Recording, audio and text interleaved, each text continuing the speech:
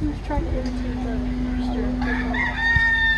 Alright, got a great light. We can go on to this corridor.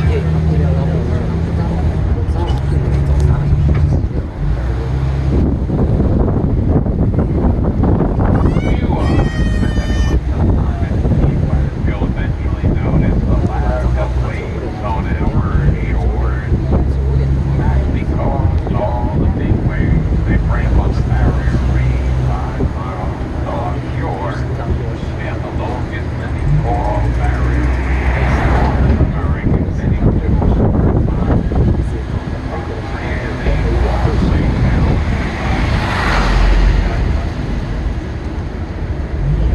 and ahead on the far right corner, this large and beautiful building here is Ray Flagler's creation for Key West. Casa Marina House by the sea. A beautiful, elegant, luxurious hotel, one of the finest in Key West. They opened this hotel Jersey 1920. Henry Flagler, he liked to build luxury hotels for his passengers along all the stops of his railroad.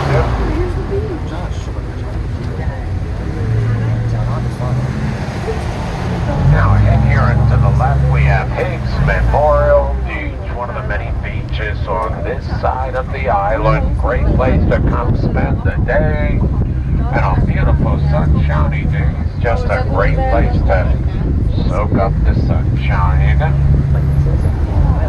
Now if you look to the right off of the horizon, 5 miles offshore, that's where the reef is located. In the early 1800s, before they had navigation lanes, many ships would run aground out there. Wrecks occurred as often as once a week, and every time there was a wreck out there, you'd hear the cry, wreck ashore, wreck ashore. People in town here would race out there, save the survivors, and salvage the cargo. By 1950, Key West was the richest city per capita in the United States. All because of shipwreck salvaging. Those were days of great prosperity on the island. And on the right, this large red brick building is the West Point Yellow Ford. Building 6113 Fords on the island. That's the smallest of the three. They were all built before the Civil War. And on the right, we have the Atlantic Ocean. Extending out into the Atlantic Ocean, that's the White Street Pier. Wonderful place to go for a relaxing walk. And on the right at ground level, the entrance to the White Street Pier, we have the Key West AIDS Memorial, dedicated in 1997. Now, the earliest inhabitants of the Keys here were the indigenous Native Americans. When the Spanish first arrived here in the early 1500s, there were Indian settlements throughout the Keys. Later, around the 1760s, more or less around that time period, the Indians moved out of the area. They moved on to Cuba. But back when the Spanish first arrived here, the Indian tribes that inhabited the area were the Calusa and the Tequestos. Now, let me tell you where we get the name Key West. When the Spanish explorers first arrived on the island, they found human bones, and they assumed the Indians had been battle here. Because of those bones, they named this place Cayo West or Bone Key. Later, the English, they came along and they corrupted the pronunciation of Cayo West to Key West. So Key West derives from Cayo West, Cayo West, Key West. That's how we get our name down here. Right now, you're in the independent Republic of Key West. Yeah, we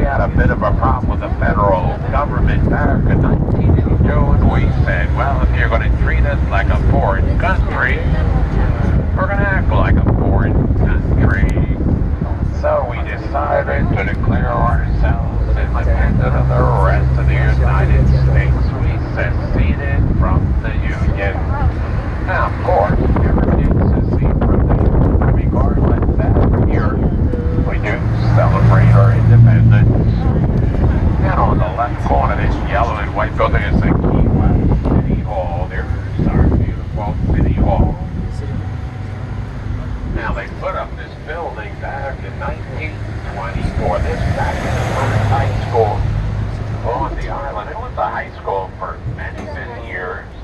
About 3 or 4 years ago, they restored the building, renovated the building. Now it's the Key West City Hall. Here's our beautiful City Hall. Now this part of White Street here back in the 1930s was considered the outer boundary of the city. That area was and still is a Cuban neighborhood. Si te quieres por el piso, dímelo, o me tengo por un piso de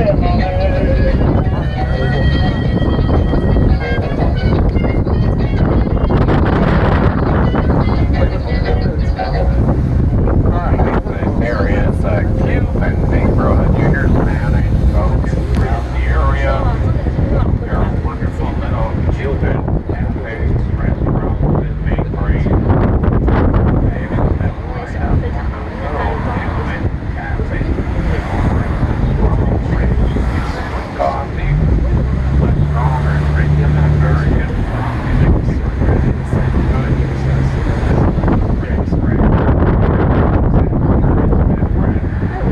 We have wonderful Cuban restaurants in this area as well.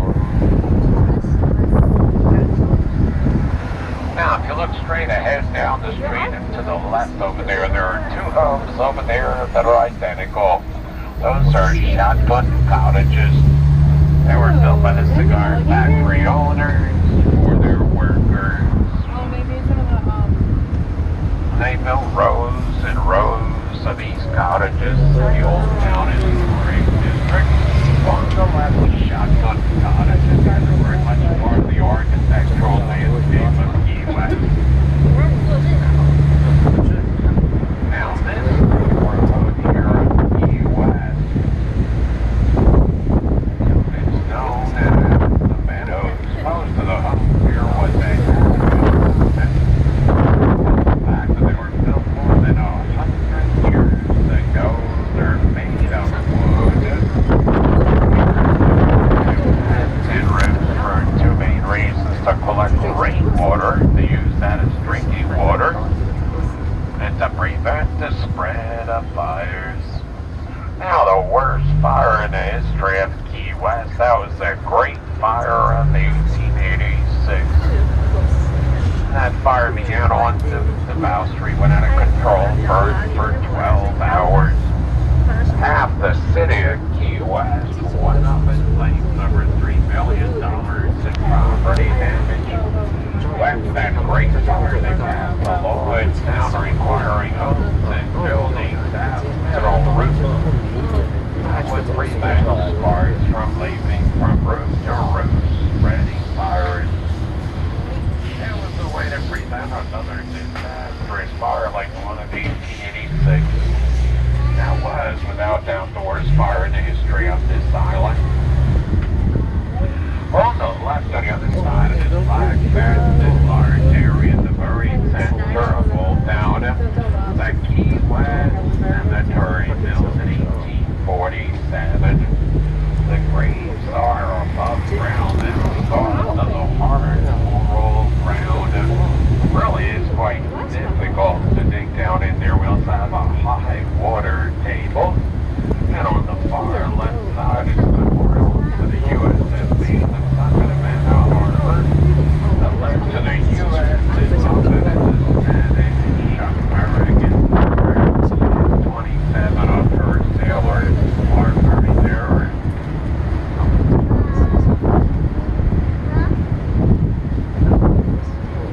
Okay, on this corner we're going to be journeying down some interesting examples of gingerbread and the decorations on the front porches of these homes here in the historic district. Over 150 documented patterns of gingerbread in Old Town. Really does add a lot of beauty and charm to the Old Town district.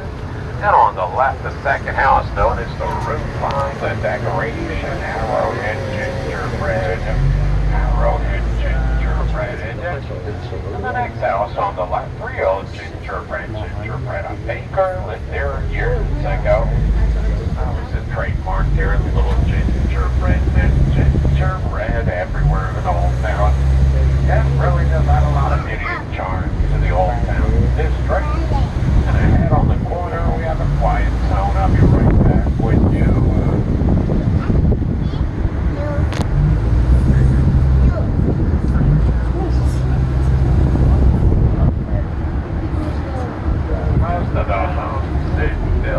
in this area were built around the 1870s and 80s, at a time when Key West was enjoying enormous prosperity. And that prosperity continued until the 1930s when the Depression hit. And Key West was particularly hard hit by the Depression. Everybody said in 1850, Key West was the richest city per capita in the United States.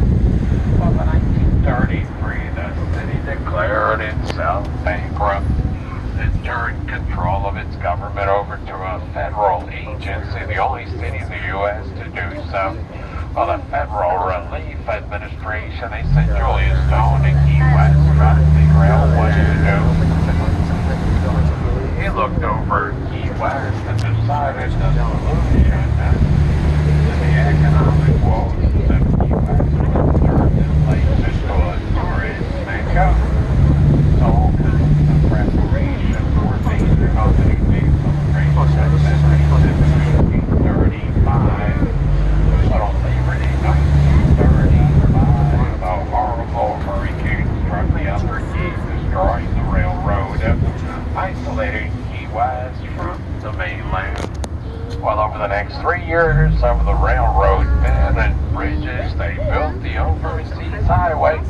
That opened up in 1938, and tourists started to trickle to Key West.